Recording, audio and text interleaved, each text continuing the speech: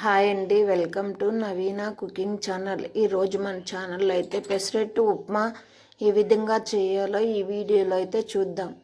ముందుగా అయితే రాత్రి కడిగి శుభ్రంగా నానపెట్టుకున్న పెసలను కొంచెం బియ్యం అయితే వేసుకుని నానపెట్టుకుని ఉదయాన్నే అయితే మిక్సీకి వేసుకోవాలి. ఆ మిక్సీకి వేసుకున్న పిండిని అయితే దోశలాగా అయితే వేసుకోవాలి.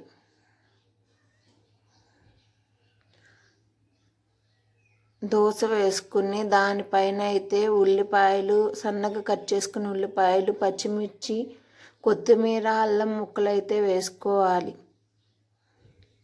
ముందుగా అయితే ఉప్మా అయితే రెడీ చేసుకుని అయితే పక్కన పెట్టుకున్నాను. ఆ ఉప్మా అయితే అట్టు మీద అయితే వేసుకోవాలి.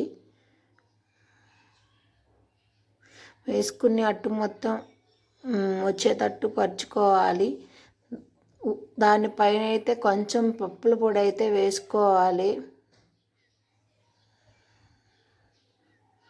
వేసుకుని దానిపైన కొంచెం గీ కానీ బటర్ కానీ వేసుకుని దోశనైతే దూరగా కాల్చుకోవాలి.